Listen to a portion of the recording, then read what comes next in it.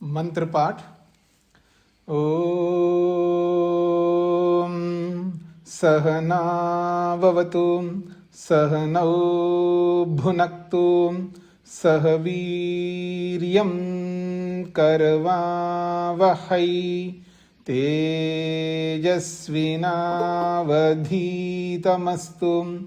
मा विद्विषावहै। ओम शांति शांति शांति।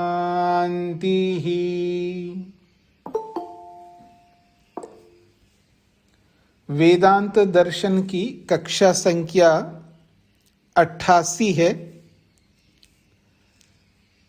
दूसरे अध्याय के दूसरे पाद के 39वें सूत्र तक हमने विचार किया है। 40वें सूत्र से प्रारंभ होगा। पिछले प्रसंग में 36वें सूत्र से लेकर 39वें सूत्र तक हमने विचार किया है। 36वां सूत्र है अंत्य अवस्थितेः च उभय नित्यत्वात् अविशेषः। हाँ जी, आचार्य अनीता जी बताएंगे। स्वामी जी नमस्ते जी। इस सूत्र का भावार्थ है कि साकार ईश्वर की कल्पना करना, शरीर वाला करना सामंजस्य युक्त नहीं है उसका, क्योंकि इस जगतपति जो परमेश्वर है उसकी शारीरिक कल्पना करना उचित नहीं है। शरीरधारी ईश्वर के साथ सामंजस्य अथवा समन्वय करना भी नहीं हो पाएगा, ये युक्ति युक्त नहीं है। ये किस सूत्र का आप अर्थ बता रहे हैं? किस सूत्र का भाव बता रहे हैं आप? ये है स्वामी जी। अच्छा, मुझे 36 का बताना है। आपने किस सूत्र का बताया था? 35 का बताया है स्वामी। हाँ जी, 36 का बताना है आपको। 36 का बताना है जी। हाँ, अंत्यावस्थिते।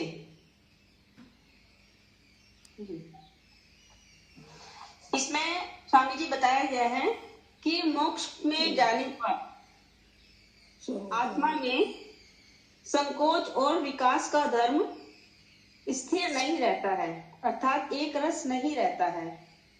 और दोनों धर्मों में मतलब संकोच और विकास ये नित्य मानने पर भी इसमें दोष बना रहता है, क्योंकि एक वस्तु में एक ही धर्म रह सकता है, दो धर्म एक वस्तु में नहीं रह सकते। अच्छा, आपका ये कथन ठीक है कि एक वस्तु में दो धर्म नहीं रह सकते?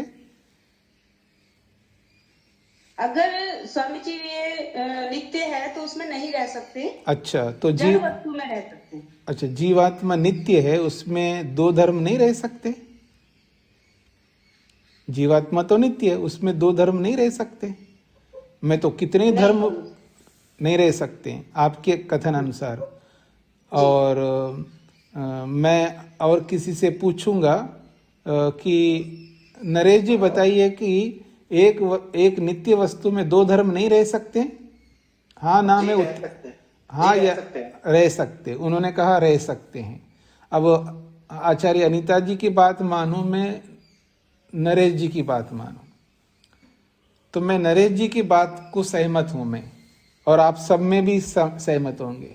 आपकी भूल क्या है, आप पकड़ नहीं पा रहे हैं अभी भी कि दो धर्म क्या, कितने धर्म रह सकते हैं नित्य धर्म, नित्य वस्तु में। बात हो रही है विरुद्ध धर्म। आप ये शब्द छोड़ दिया है। विरुद्ध धर्म तो नहीं रह सकते हैं। अनुकूल धर्म तो कितने, इच्छा है मेरे में, प्रयत्न है मेरे में, पता नहीं कितने धर्म है मेरे में, 24 धर्म है मेरे में, तो क्यों नहीं रह सकते? पर विरुद्ध धर्म नहीं रह सकते, ये आपको बताना था, पहली बात।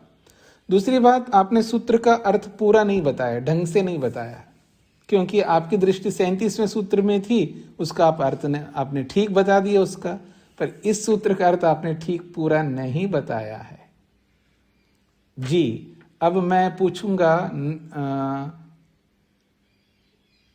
माता सुशीला जी 36वें सूत्र का 36वें सूत्र का अर्थ जी। जी, यहाँ पे जो अंत्य शब्द है ये इसका अर्थ है अंत, और अंतिम जो स्थिति होती है जीवात्मा की वो मोक्ष होती है। तो इस सूत्र में कहा गया है कि मोक्ष में जीवात्मा न तो छोटा होता है और न बड़ा हो सकता है। ये सिर्फ शब्द जाल है जो प्रश्नकर्ता कहना चाहता है। सिद्धांती ये कहता है कि आत्मा एक रस रहता है, मतलब वो इस दोष से बच नहीं सकता जो ये कह के, क्योंकि समाज में संसार में ऐसा होता है कि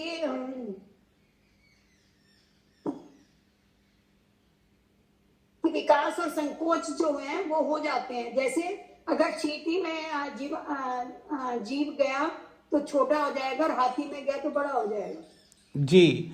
ऐसा है, अगर आप लोगों में से जो सूत्रार्थ को रट लेंगे ना, तो आप सूत्रार्थ बताएंगे तो आप बिल्कुल ठीक बताएंगे।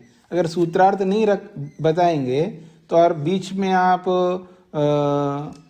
भले आप सूत्र को देख रहे हो या भाष्य को देख रहे हो, केवल सूत्र को देख करके आप बता रहे हो तो आपकी बात पूरी तरह आएगी नहीं, सबको समझ में नहीं आएगा। सूत्रार्थ आपको बताना है, सूत्र क्या कहता है। सूत्रार्थ में जो लिखा है आपने वैसा वैसा भी बता सकते हैं, उसमें थोड़ा बदल करके अपने शब्दों में बता सकते हैं। ऐसा नहीं कि जैसा लिखवा है वैसे ही बताना, अपने शब्दों में भी बताने पर भी सबको समझ में आएगा। अभी आपने जो बताया ना वो पूरा अर्थ आया नहीं है, घालमेल हो रहा है। आप क्या कहना चाहते हैं वो पूरा नहीं आया है, तो और थोड़ा सा और तैयारी करनी है आपको। सूत्रार्थ के रूप में बता सकते हैं, अपने शब्दों में बता दो, या जो लिखवाया उसको यूं का यूं रट करके बिना देख करके बताओ जी। तो मैं अब अरुण जी के पास जाता हूं, इसी सूत्र का अर्थ। नमस्ते स्वामी जी। स्वामी जी, इसमें पूर्व पक्षी का ये कहना है कि जीवात्मा जब मोक्ष में होता है तब तो वो एक रस रहता है और उसमें विकास और संकोच नहीं होता है, लेकिन जब वो संसार में आ जाता है तब उसमें विकास और संकोच होता है। तो सिद्धांती का ये कहना है कि ये असंभव है, क्योंकि ये विरुद्ध धर्म एक ही चेतन वस्तु में नहीं हो सकता जी। ये वास्तविक अर्थ है, ये आना चाहिए। माताजी ने तो आधा बताया लेकिन आधा नहीं बता पाई। यहाँ ये था कि संकोच विकास धर्म मुक्ति में तो नहीं होंगे। स्वामी जी की आवाज आ रही है? हाँ जी, सबको आ रही है, इसलिए सब लोग शांत है जी। आपको नहीं आ रही है तो आपके नेट में कुछ प्रॉब्लम हो सकता है। मेरी आवाज सबको आ रही है ना जी? हाँ, आ रही है सबको। तो अब संकोच विकास धर्म तो शरीर में रहने पर होता है, आत्मा में, और ये संकोच विकास धर्म जो है वह शांत रहते, वहां नहीं होते मुक्ति में, पर शरीर में आने पर होते हैं, मुक्ति में नहीं होते हैं। ये जो उसका तर्क है इसका कोई प्रमाण नहीं है, इसका कोई औचित्य नहीं है, ऐसा हो नहीं सकता। यानी वस्तु का जो धर्म है ना वो हमेशा रहेगा ना, उसका स्वभाव चाहे मुक्ति में जाए चाहे बंधन में रहे, स्वभाव तो स्वभाव ही है, स्वभाव बदलता नहीं है। मुक्ति में जाकर के वो संकोच विकास नहीं होगा, वैसा का वैसा रहता है स्थिर। जब उसका स्वभाव है तो स्वभाव तो काम करेगा ना, तो इसलिए उसका ये तर्क ठीक नहीं है। तो आगे बढ़ता हूं जी मैं। 37वां सूत्र, 37वें सूत्र का अर्थ वीरेंद्र जी बताएंगे।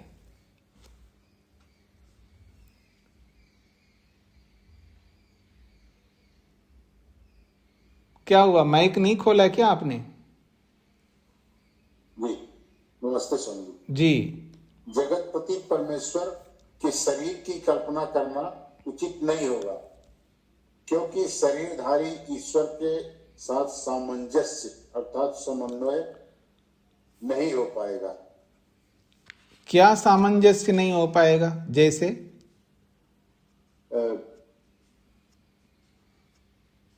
जैसे शरीरधारी ईश्वर के साथ मतलब वो सृष्टि में जो है हर एक के साथ हर जगह नहीं पहुंच पाएगा, और ईश्वर व्यापक है तो वो हर जगह पहुंचता है। अगर वो शरीरधारी होगा तो संकुचित हो जाएगा। और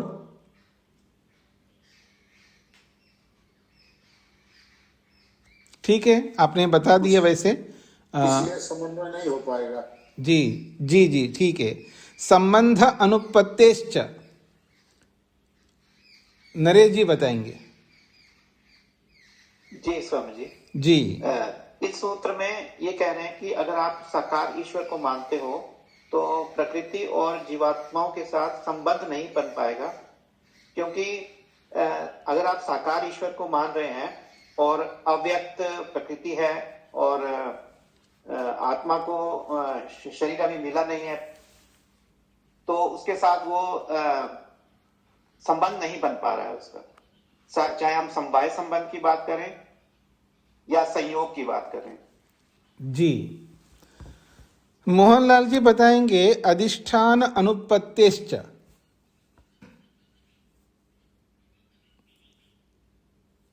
माइक खोलिएगा फिर बोलिए, और आपका इंटरनेट ठीक है तो स्वामी जी नमस्ते। बोलिए। हाँ स्वामी जी, जगतपति परमेश्वर स्वामी जी मैं सही नहीं बता पा रहा हूँ। ठीक है, कोई बात नहीं है। मैं अब बता रहा हूं। रामचरण जी बताइए। जगतपति परमेश्वर का अधिष्ठातापन सिद्ध नहीं हो सकता संबंध नहीं होने से। क्यों सिद्ध नहीं हो सकता अधिष्ठापन? क्योंकि ऊपर वाले सूत्र में अपन संबंध नहीं स्थापित कर पाए ना, जी साकार नहीं। जी जी। तो आइए, साकार ईश्वर का प्रसंग चल रहा है। 40वां सूत्र कहता है करणत्व करणवत करणवत चेत न भोगादिभ्यः। करणवत चेत न भोगादिभ्यः। करणवत चेत, यदि ईश्वरस्य अधिष्ठानत्वं साकारं करणवत इंद्रियवत चक्षुरादि इंद्रिययुक्तम चेत, यदि ईश्वर का अधिष्ठातापन साकार के माध्यम से आप मानते हैं, अर्थात साकार ईश्वर अधिष्ठाता है ऐसा मानते हैं, तो करणवत, करण कहते हैं इंद्रियों को, इसलिए खोला है करणवत को इंद्रियवत, इंद्रियों के समान। फिर इंद्रियों को खोला है, वो इंद्रियां कौन है? चक्षु आदि इंद्रिय युक्तम। चक्षु आदि इंद्रियों से युक्त परमात्मा हो जाएगा, क्योंकि वो करण वाला बनेगा। क्योंकि साकार जो भी साकार होता है वो इंद्रियों वाला होता है, साधनों वाला होता है।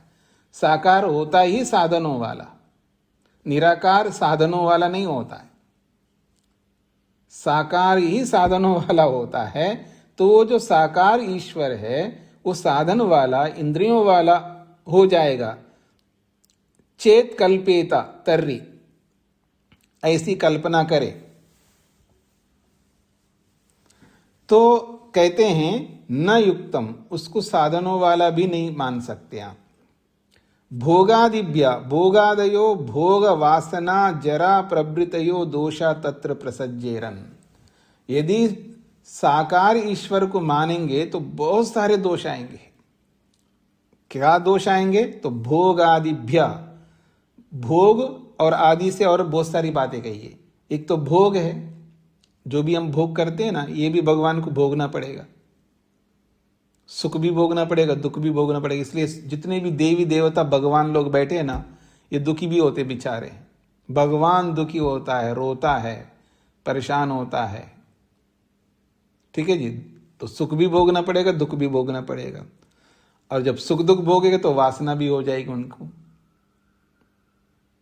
वासना भी होगी। और वासनाओं को समझना हो तो विष्णु भगवान को समझ लेना। वासनाएं वासना भरी है उनके अंदर।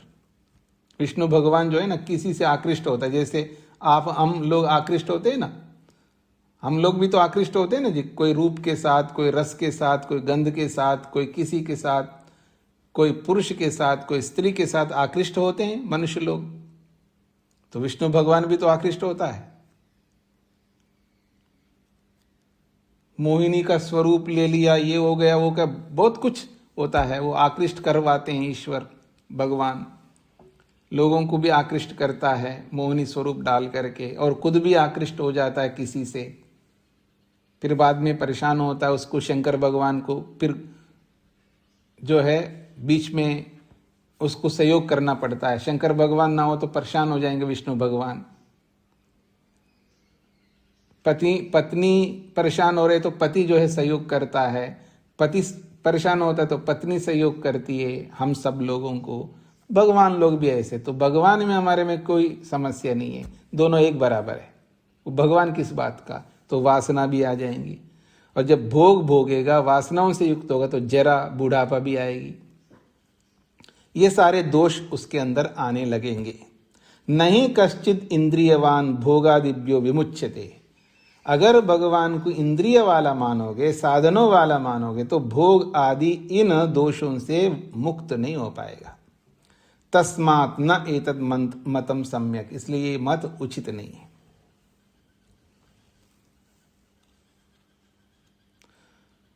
तो कहना क्या चाहते हैं कि यदि परमात्मा को साधनों वाला मानते हो, साधनों वाला होने के कारण से साकार मानते हो, तो ये सारे दोष आएंगे। इस बात को ध्यान में रख करके सिद्धांती कहते हैं, यदि परमात्मा को साधनों वाला मान करके साकार मानते हो तो ये सारे दोष आएंगे। सूत्रार्थ लिखिएगा, यदि परमात्मा को इंद्रियों वाला होने से, यदि परमात्मा को इंद्रियों वाला होने से, यदि परमात्मा को इंद्रियों वाला होने से साकार माना जाए तो, यदि परमात्मा को इंद्रियों वाला होने से साकार माना जाए तो, साकार माना जाए तो नहीं मान सकते, साकार माना जाए तो नहीं मान सकते, क्योंकि भोग वासना जरा आदि दोष आ जाएंगे। क्योंकि भोग वासना जरा आदि दोष आ जाएंगे। क्योंकि भोग वासना जरा आदि दोष आ जाएंगे। आदि क्यों लिखा है जी? क्योंकि मृत्यु भी आ जाएगी, फिर जन्म भी हो जाएगा, ऐसे बहुत सारे दोष आएंगे, इसलिए आदि जोड़ा है। यदि परमात्मा को इंद्रियों वाला होने से साकार माना जाए तो नहीं मान सकते, क्योंकि भोग वासना जरा आदि दोष आ जाएंगे। हाँ जी शकुंतला जी। हाँ नमस्ते स्वामी जी। जी स्वामी जी, यहाँ प्रवृत्तियों इसका अर्थ आदि कर रहे हैं क्या? हाँ जी, प्रवृत्ति का मतलब आदि होता है। जी ठीक जी। हाँ जी, मैं आगे बढ़ता हूं जी। अगला सूत्र है अंतवत्वम असर्वज्ञता वा। साकार मानने से और भी दोष होते हैं। वा का मतलब है और भी दोष आते हैं। क्या? अंतवत्वम असर्वज्ञता वा। ईश्वरस्य करणवत्वे इंद्रियवत्वे अयमपि दोषः प्रसक्ष्यते। ईश्वर को साधनों वाला मानने पर, अर्थात इंद्रियवत्वे इंद्रियों वाला मानने पर अयमपि दोषः प्रसक्ष्यते, ये और दोष आ जाएगा। प्रसक्ष्यते का मतलब है आ जाएगा, ये भविष्यत काल का क्रियापद है। क्या दोष आएगा? यत कि स ईश्वरो अंतवान विनाशवान अवधिमान स्यात्। क्योंकि इंद्रियों वाला होगा, साधनों वाला होगा, तो क्या दोष आएगा? क्योंकि वो ईश्वर अंत वाला बन जाएगा, विनाश वाला बन जाएगा, अवधि वाला बन जाएगा। क्योंकि इंद्रियों वाला जो है वो अंत वाला होता, अंततोगत वो उसका अंत होता है, उसकी मृत्यु, अंतवान का मतलब मृत्यु हो जाएगी, अर्थात विनाशवान, विनाश को प्राप्त होगा। और अवधि कहते हैं सीमा, सीमा वाला बन जाएगा, क्योंकि शरीर वाला, इंद्रियों वाला, उसकी सीमा होती है, उसकी आयु होती है, बस इतने ही साल जी सकता है। असर्वज्ञश्च संपद्येता, और उसके साथ में असर्वज्ञ भी बन जाएगा, क्योंकि जो अंत वाला होता है, नाशवान होता है, सीमा वाला होता है, तो वो तो सर्वज्ञ रह ही नहीं सकता। जिसकी सीमा नहीं होती है, जिसका विनाश नहीं होता है, जो अनंत है, वो सर्वज्ञ हो सकता है। अल्पज्ञ होकर के, अंत वाला, सीमा वाला होकर के वो सर्वज्ञ कैसे बनेगा? इसलिए असर्वज्ञ वाला दोष भी आएगा। तथा भूत ईश्वरो न सृष्टि रचने समर्थो भवितुम अर्रेत। इसलिए ऐसे साधनों वाला ईश्वर सृष्टि को बनाने में समर्थ नहीं हो सकता। नहीं जीवात्मा नाम कर्माणि जानियात, फिर वो अंत वाला होकर के, सीमा वाला होकर के, असर्वज्ञवान होकर के जीवात्माओं के कर्मों को कैसे जान पाएगा? नहीं जीवात्मा नाम कर्माणि जानियात, जीवात्माओं के कर्मों को नहीं जानियात, कभी नहीं जान पाएगा। पुनः फिर तान कर्म फलानि तु कथम भोजयेत, फिर जब सारे कर्मों को जान ही नहीं पाएगा तो तान कर्म फलानि, उनके कर्म फलों को कैसे भुगवाएगा? कैसे भुगवाएगा? कैसे भोग कराएगा? इसका मतलब ये है, ये सारे दोष आएंगे। हाँ जी, सूत्रार्थ लिखिए। और यदि परमात्मा को इंद्रियों वाला स्वीकार किया जाए तो, और यदि परमात्मा को इंद्रियों वाला स्वीकार किया जाए तो, और यदि परमात्मा को इंद्रियों वाला स्वीकार किया जाए तो, और यदि परमात्मा को इंद्रियों वाला स्वीकार किया जाए तो अंत वाला, विनाश वाला, अंत वाला, विनाश वाला,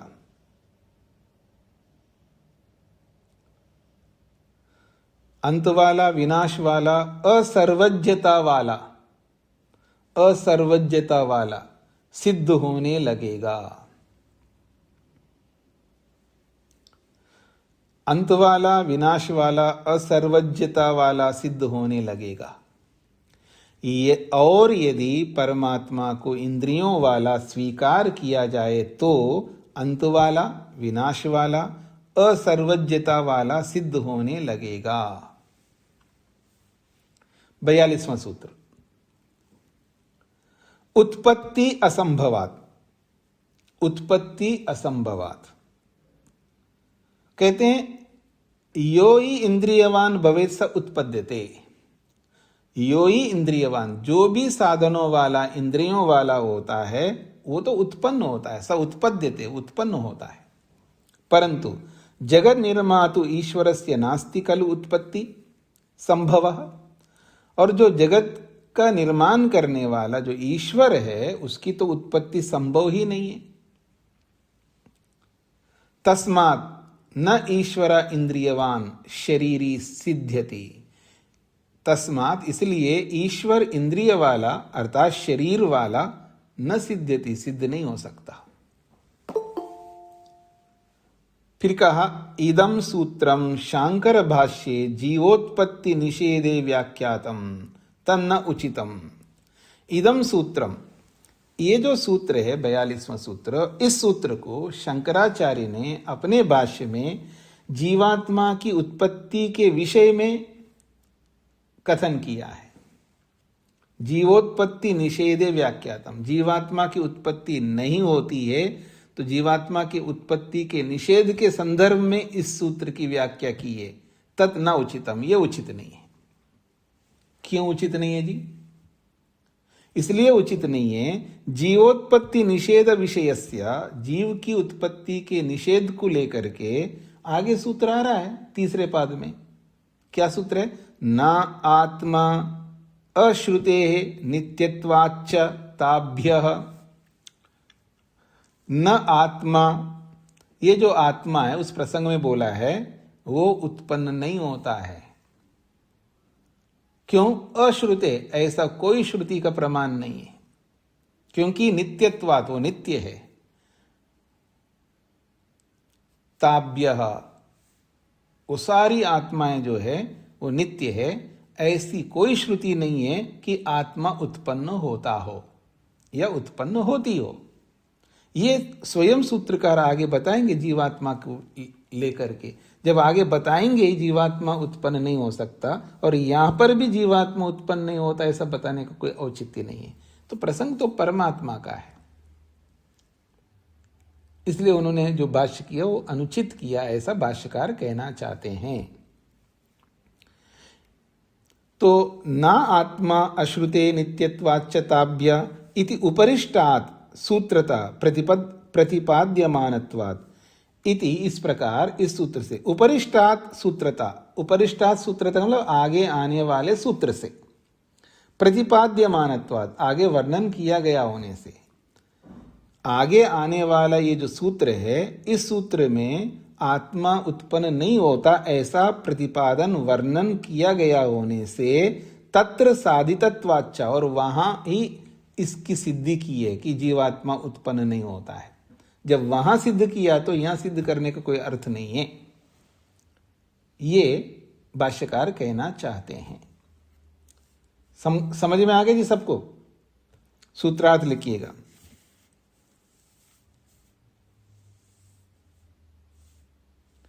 परमात्मा इंद्रियों वाला होने से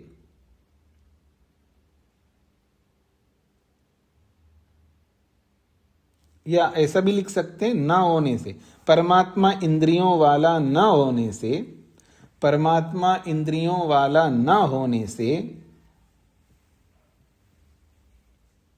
परमात्मा इंद्रियों वाला न होने से उसमें उत्पत्ति होने की संभावना नहीं होती है, उसमें उत्पत्ति होने की संभावना नहीं होती है। परमात्मा इंद्रियों वाला न होने से उसमें उत्पत्ति होने की संभावना नहीं होती है। परमात्मा इंद्रियों वाला न होने से उसमें उत्पत्ति होने की संभावना नहीं होती है। इसका उल्टा करेंगे तो क्या होगा? परमात्मा इंद्रियों वाला होने से उसमें उत्पत्ति होने की संभावना होती है, ऐसा हो जाएगा, पर वो संभव नहीं है। समझ में आ गया जी सबको? आगे बढ़ता हूं मैं। 43वां सूत्र, न च कर्तु करणम, बड़ा अच्छा सूत्र है। न च कर्तु करणम, कहते हैं न च कर्तु करणम, अथच और एक बड़ी बात है, यदि परमात्मा को साकार मानोगे तो यो ही उत्पद्यते तस्य किमपि उपादानम साधनम स्यात्। अथच यो ही उत्पद्यते, क्योंकि साकार तो उत्पन्न होता है और परमात्मा भी उत्पन्न हो जाए तो अथच यो ही उत्पद्यते, जो कोई भी उत्पन्न होता है, तस्य किमपि उपादानम साधनम स्यात्, उसका कोई ना कोई उपादान रूपी साधन होना ही चाहिए। यदि परमात्मा भी उत्पन्न होता है साकार होने के कारण से, तो फिर उसका भी कोई उपादान रूपी साधन होना चाहिए। यस्मात् स उत्पद्येत, क्यों होना चाहिए जी? जिससे वो उत्पन्न होता हो, वो साधन तो होना ही चाहिए ना। परंतु न च कर्तु करणम साधनम उपादान रूपम भवति, परंतु न च कर्तु का करणम, कर्तु का मतलब यह परमात्मा, ये जो सृष्टिकर्ता है, इस सृष्टिकर्ता का न तो करण है अर्थात साधन है, न उपादान रूपम भवति, और वो साधन जो है उपादान रूप भी नहीं होता है। कार्य से उपादानम भवति, क्योंकि जो कार्य वस्तु होती है उसी का उपादान होता है, उपादान कारण होता है। और जो कार्य वस्तु नहीं है, परमात्मा तो कार्य वस्तु नहीं है, वो भी तुम भी मानते हो। जब कार्य वस्तु नहीं है तो उसको उपादान भी नहीं होगा। लेकिन आप साकार बोलोगे तो फिर साकार तो उत्पन्न होता है, निराकार उत्पन्न नहीं होता है, साकार ही उत्पन्न होता है। और साकार उत्पन्न होता है तो फिर उसका कोई ना कोई उपादान कारण होना चाहिए, ये बात आएगी। फिर अगर मानोगे उपादान कारण, फिर वो कौन है उपादान कारण ये भी बताना पड़ेगा। और तदुक्तम, इस बात को तो श्रुति कहती भी है, क्या? न तस्य कार्यम कारणम च विद्यते। श्वेताश्वतर उपनिषदकार स्वयं कहते हैं तस्य परमात्मना, उस परमात्मा का कोई कार्य है और न कोई कारण है। अर्थात परमात्मा से कोई कार्य उत्पन्न होता हो ऐसा भी नहीं है, और परमात्मा स्वयं किसी कारण से उत्पन्न होता हो ऐसा भी नहीं है। इसलिए न तो उसका कार्य है कोई वस्तु, अर्थात ईश्वर से कोई वस्तु बनी हुई हो, कोई सोचे कि ये सृष्टि भगवान से ही बनी है, भगवान का जगत कर्ता सृष्टिकर्ता का ये कार्य है, जगत भगवान का ही कार्य है, ऐसा नहीं है। फिर कहा न कारणम, और न ही परमात्मा का कोई कारण है, उपादान कारण है, वो तो नित्य पदार्थ है। सूत्रार्थ, परमात्मा सृष्टिकर्ता होने से, परमात्मा सृष्टिकर्ता होने से, परमात्मा सृष्टिकर्ता या परमात्मा के सृष्टिकर्ता होने से, ऐसा भी कर सकते हो, परमात्मा के सृष्टिकर्ता होने से उसका कोई कारण उपादान कारण नहीं है। उसका कोई कारण अर्थात उपादान कारण नहीं है। उसका कोई कारण अर्थात उपादान कारण नहीं है, क्योंकि कार्य का ही उपादान कारण होता है। कार्य का ही उपादान कारण होता है। कार्य का ही उपादान कारण होता है, परमात्मा कार्य नहीं है। ठीक है जी। तो परमात्मा के सृष्टिकर्ता होने से उसका कोई कारण अर्थात उपादान कारण नहीं है, क्योंकि कार्य का ही उपादान कारण होता है। हाँ जी, अल्पना जी। नमस्ते स्वामी जी। स्वामी जी, मेरे पुस्तक में ये जो श्वेताश्वतर का जो उदाहरण दिया है जी, वो न तस्य कार्यम कारणम च विद्यते लिखा हुआ है। हालांकि अच्छा, दोनों तरह से ये ठीक बैठ जाएगा। हाँ जी, कार्यम करणम, मेरे में भी लिखा, मैं कारणम बोला है ना, ठीक है, करणम भी बोल सकते हैं। करणम का मतलब है साधन, करणम का मतलब है साधन, अर्थात परमात्मा को करण साधन है, अर्थात वो किसी साधन से बना है, ऐसा नहीं है। तो उसको मैंने कारण शब्द बोल दिया, वो है करण शब्द ही लिखा हुआ है, ठीक बात है, करण शब्द ही है। उसका अर्थ ये है कि परमात्मा को कोई उपादान कारण नहीं है, क्योंकि उपादान कारण साधन माना जाता है, ऐसा। प्रमोद जी को क्या कहना था? यही कहना था। हाँ, नरेश जी को क्या कहना है? मैं स्वामी जी, हम यहाँ पर कारण से, मतलब जो आप कारण बता रहे हैं कि उपादान कारण, तो हम ये भी कह सकते हैं कि फिर निमित्त कारण भी मानना पड़ेगा। वो तो है ही, निमित्त कारण भी मानना पड़ेगा, वो भी है। हाँ जी जी जी जी, बिल्कुल। हाँ जी, 44वां सूत्र है, विज्ञानादि भावे व तद अप्रतिषेध। विज्ञानादि भावे व तद अप्रतिषेध। विज्ञानादि भावे व, विज्ञानस्य आदि कारणे च तस्मिन् ईश्वरे खलु उत्पत्ति असंभवः।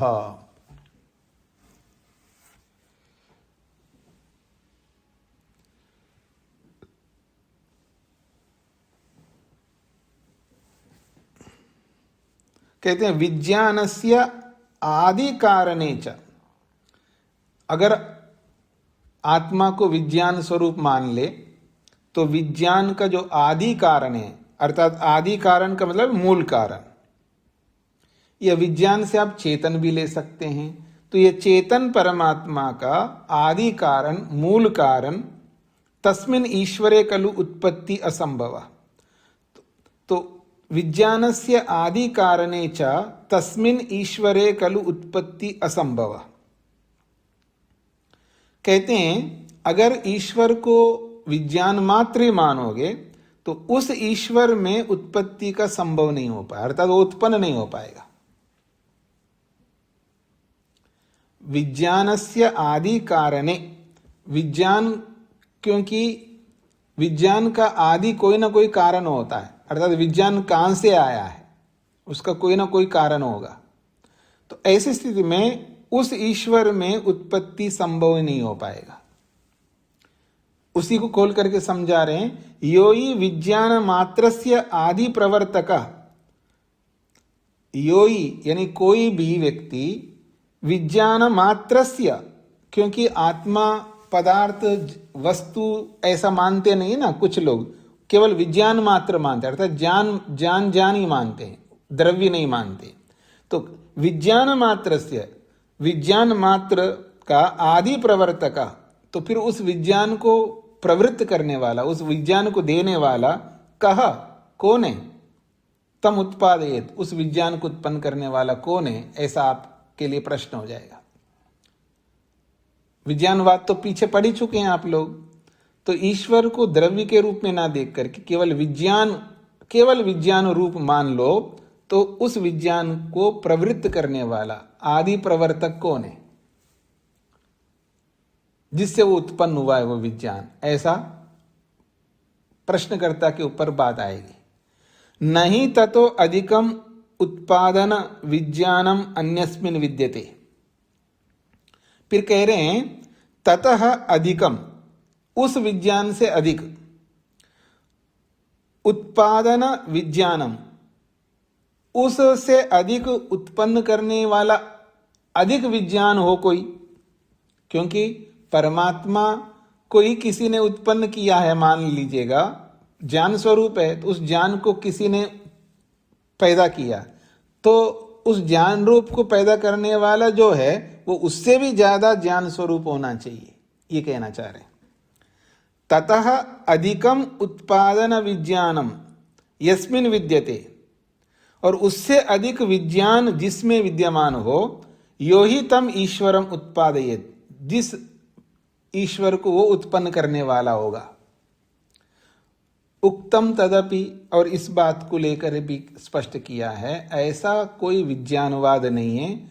अगर विज्ञानवाद मानोगे तो उसको उत्पन्न करने वाला कोई और विशेष विज्ञान होगा, पर ईश्वर विज्ञान स्वरूप ही है ऐसा नहीं है, क्योंकि उसका जितना भी ज्ञान है वो नित्य है, वो द्रव्य भी नित्य है, उसका ज्ञान भी नित्य है, उसके सारे गुण नित्य है। इसके लिए हम प्रमाण दे सकते हैं आपको, तो दे रहे हैं।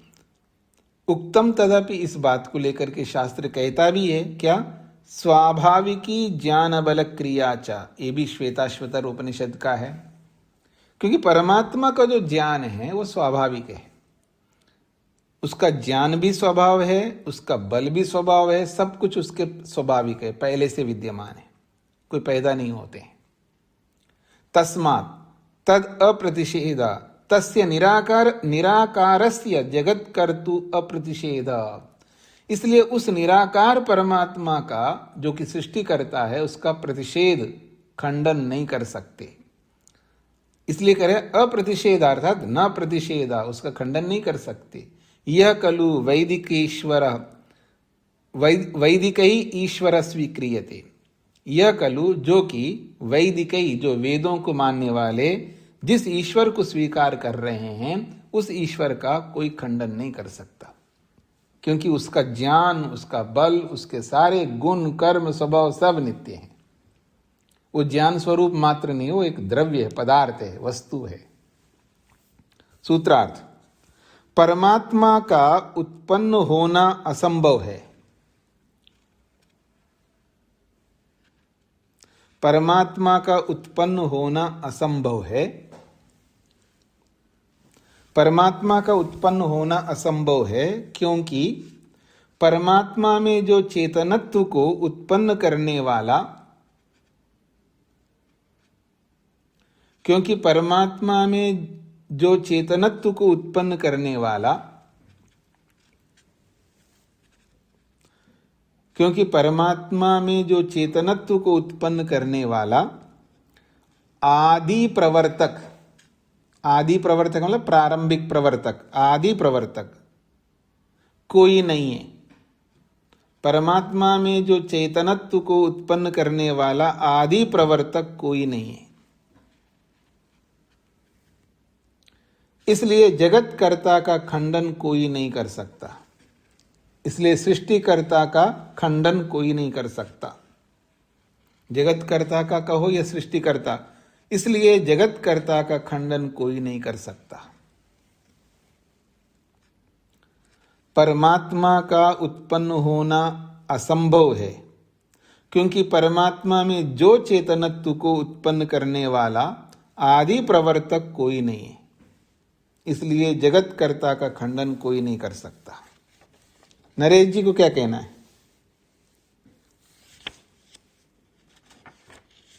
नहीं स्वामी जी, वो गलती से खड़ा। अच्छा, हाँ जी, सुहासिनी जी को क्या कहना है? स्वामी जी नमस्ते जी। स्वामी जी, इसी सूत्र में जो विज्ञान है, विज्ञान का अर्थ क्या, ज्ञान या चेतन? बस क्या होता है इसका? पीछे विज्ञानवाद आया था ना, पीछे केवल ज्ञान मात्र है, केवल ज्ञान मात्र है। अगर केवल ज्ञान मात्र है तो गुण होता है, और उस गुण को उत्पन्न करने वाला कोई ना कोई द्रव्य होना चाहिए। वो कौन है, ये प्रश्न आ जाएगा। यदि परमात्मा को केवल मात्र ज्ञान स्वरूप मानोगे, केवल ज्ञान ही ज्ञान मानोगे, तो फिर उस ज्ञान को उत्पन्न करने वाला कोई होना चाहिए। वो कौन है, ये आप बता नहीं सकते। इसलिए यहां पर बोला है कि ईश्वर अगर ज्ञान स्वरूप ही है तो उसको उत्पन्न करने वाला होगा। अगर वो नहीं मानते हो तो फिर ईश्वर तो नित्य है, उसका ज्ञान भी नित्य है, क्योंकि हम द्रव्य मान करके चलते हैं। तो इसलिए ईश्वर का जो भी गुण कर्म स्वभाव है वो सब स्वाभाविक है। हमारे पक्ष में कोई दोष नहीं आएगा। केवल द्रव्य को ना मानकर केवल ज्ञान ही ज्ञान मात्र मानोगे तो उसमें दोष आएगा, ये कहना चाह रहे। इस पाद का अंतिम सूत्र है जी, विप्रतिषेधात् च। विप्रतिषेधात् च विभिन्नस्य प्रतिषेधो विप्रतिषेधा। विप्रतिषेध किसको कहते हैं? विभिन्नस्य प्रतिषेधा, विभिन्न का खंडन, अलग अलग चीजों का खंडन। ईश्वर के विषय में अलग अलग मान्यताएं रखी है ना, तो उन अलग अलग मान्यताओं का जो खंडन होता है उसको विप्रतिषेध कहते हैं। वेदोक्ताद ईश्वराद विभिन्नस्य, विप्रतिषेध को समझा रहे हैं। वेदोक्ताद ईश्वराद, वेद में कहे गए ईश्वर से, विभिन्नस्य अर्थात विभिन्न धर्मकस्य ईश्वरस्य, अलग अलग धर्मों वाले ईश्वर का। वो अलग अलग वाले धर्म कौन है? जैसे साकार वाला, साधनों वाला, विज्ञानों वाला, इस तरह का। तो उन सब साकार का या उन सब चीजों का प्रतिषेध क्रियते, या खंडन किया जा रहा है। क्यों खंडन किया जा रहा है जी? साक्षात कहता है वेद, अज एक पात। वो अज है, अजन्मा है। जो अजन्मा होता है वो साकार नहीं हो सकता। इतना ही नहीं है, अकायम अव्रणम अस्नावीरम। अकायम वो शरीर रहित है, अव्रणम उसमें कोई व्रण, कोई कटना, ऐसे छिलना, इस तरह का कोई व्रण नहीं है उसके अंदर। अस्नावीरम स्नायु आदि नाड़ियों से रहित है वो। साकार में ये सब होते हैं, पर वो साकार नहीं है, तो इसलिए न शरीर है, न उसके इस तरह के साधन है, न कोई उसको चोट लगता है, न उसके अंदर नाड़ियां हैं। अपानी पादो, श्वेताश्वतर उपनिषद कहता है उसके ना हाथ है ना पांव है, कोई साधन नहीं उसके पास में। तस्मात् जगत कर्ता न उत्पत्तिमान न शरीरवान। इसलिए जगत कर्ता जो है न तो उत्पन्न होने वाला है न शरीर वाला है, न इंद्रियवान, न इंद्रिय रूपी साधनों वाला है, न च आकारवान, न ही उसका कोई आकार होता है। इति सिद्धम, ये सिद्ध होता है। ये बहुत ही महत्वपूर्ण बातें यहाँ पर बताई गई है। विशेषकर जो दोनों तरफ रहने वाले होते हैं ना, आप में से भी कोई हो सकते हैं कि हमारी बातें अच्छी लगती है आपको, लेकिन जब मंदिर आदि में जाते तो वहाँ पर भी पूजा करते हैं, उसको भी आप मानते हैं। ये ऐसे लोगों के लिए ये बहुत अच्छा प्रसंग है। अर्थात जो मूर्ति को भगवान मान करके पूजा करने वाले लोगों के लिए ये प्रसंग बहुत उपयोगी है। हाँ जी, अब आप पूछिएगा किनको क्या पूछना है, प्रश्न कर सकते, अभी अपने पास थोड़ा सा समय है। स्वामी जी सूत्रार्थ लिखवाना बाकी है। अच्छा, सूत्रार्थ बाकी है। वेदोक्त परमात्मा से भिन्न, वेदोक्त परमात्मा से भिन्न, वेदोक्त परमात्मा से भिन्न साकार वाले ईश्वर का खंडन होने से, वेदोक्त परमात्मा से भिन्न साकार वाले ईश्वर का खंडन होने से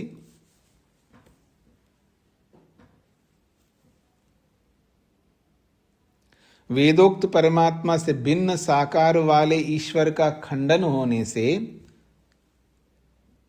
परमात्मा आकारवान नहीं होता है, परमात्मा आकारवान नहीं होता है, या साकार वाला नहीं होता, ऐसा भी लिख सकते।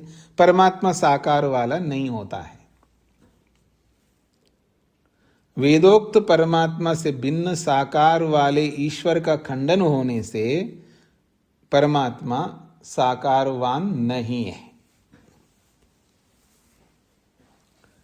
ठीक हो गए जी, अब पूछिएगा।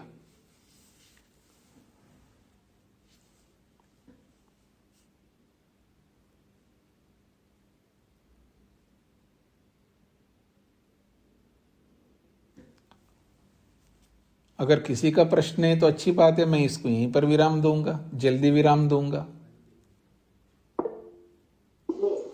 हाँ जी, कहानी जी बताइए। नमस्ते स्वामी जी। जी, ये 45वें सूत्र की प्रथम पंक्ति एक बार दोबारा बताएं। विभिन्न से प्रतिषेधो विप्रतिषेध। विभिन्न का मतलब भिन्न का प्रतिषेध विप्रतिषेध कहलाता। भिन्न का मतलब है अपने स्वभाव से अलग किसी चीज को लेकर के जब कोई कहता है ना, उसका प्रतिषेध, उसके खंडन को। जैसे मैं चेतन हूं, मैं चेतन हूं, मान लीजिए मैं निराकार हूं, तो इन निराकारत्व से भिन्न साकार को लेकर के कोई बोले तो उसका खंडन होता है, उसको विप्रतिषेध कहते हैं। तो विभिन्नस्य प्रतिषेध का मतलब है भिन्न गुण को लेकर के जो खंडन किया जाता है। भिन्न गुण का मतलब है वस्तु के स्वभाव से भिन्न गुण को लेकर के जो खंडन किया जाता है उसको विप्रतिषेध कहते हैं। ठीक हो गया? मोहन लाल जी को क्या कहना है? जी स्वामी जी नमस्ते जी। स्वामी जी कल के सूत्र में से पूछ सकते हैं, 36वें सूत्र में से। जी बोलिए। हाँ स्वामी जी, कुछ ऐसे विचारक हैं जो ये ईश्वरीय प्रजापति, ये जो ब्रह्म कुमारी मत है जी, ये ब्रह्म कुमारी मत ऐसा मानते हैं कि जो जीव जिस योनि में पैदा हुआ है वो जीव उसी योनि में जाएगा, और मोक्ष अभी क्या वो मानते हैं? हाँ जी, वो कुछ भी कह सकते, उसके लिए प्रमाण चाहिए। वेद कहीं बताता हो तो प्रमाण दे। वो अपनी पुस्तक का प्रमाण देंगे तो हम कैसे मानेंगे? वो वेद को नहीं मानते हैं तो उनका दोष है, क्योंकि वेद से पुरानी पुस्तक कोई दुनिया में नहीं है। तो वेद में ऐसा है ही नहीं है। वेद तो यही कहता सब आत्माएं एक बराबर है।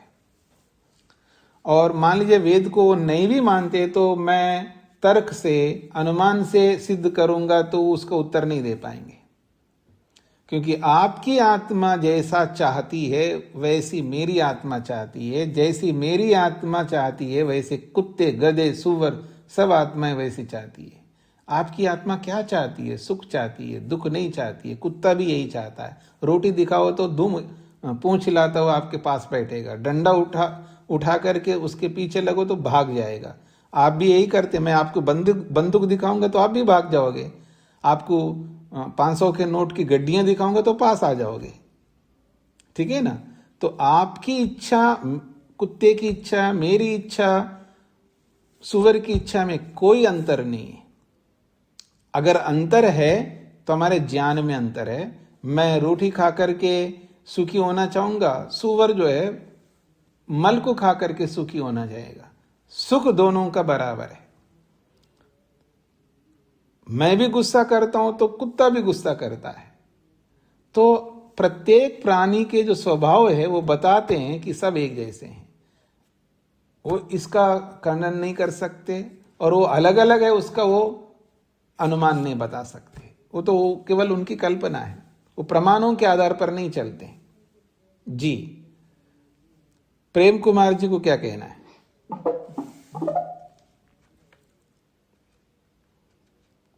स्वामी जी जी, 43वें सूत्र को कुछ समझ नहीं आई है, एक बार फिर से बताएं। 43वें सूत्र 43 जी, न च कर्तु करणम का मतलब है जो करता है, सृष्टि का निर्माण करने वाला है, उसका कोई करण साधन नहीं है, अर्थात उसको उत्पन्न करने वाला कारण साधन नहीं है, और वो खुद किसी का कार्य भी नहीं है।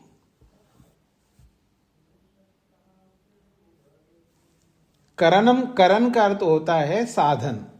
तो परमात्मा का कोई साधन नहीं, अर्थात परमात्मा को बनाने वाला जो कोई जैसे मिट्टी साधन है घड़े का साधन मिट्टी है, तो ऐसे ईश्वर का कोई साधन करण नहीं है, क्योंकि ईश्वर करता है, सृष्टि करता है। तो कर्तु का मतलब है सृष्टि बनाने वाले का, षष्ठी विभक्ति है, सृष्टि बनाने वाले कर्ता का कोई करण रूपी साधन नहीं है, ये कहता है सूत्र।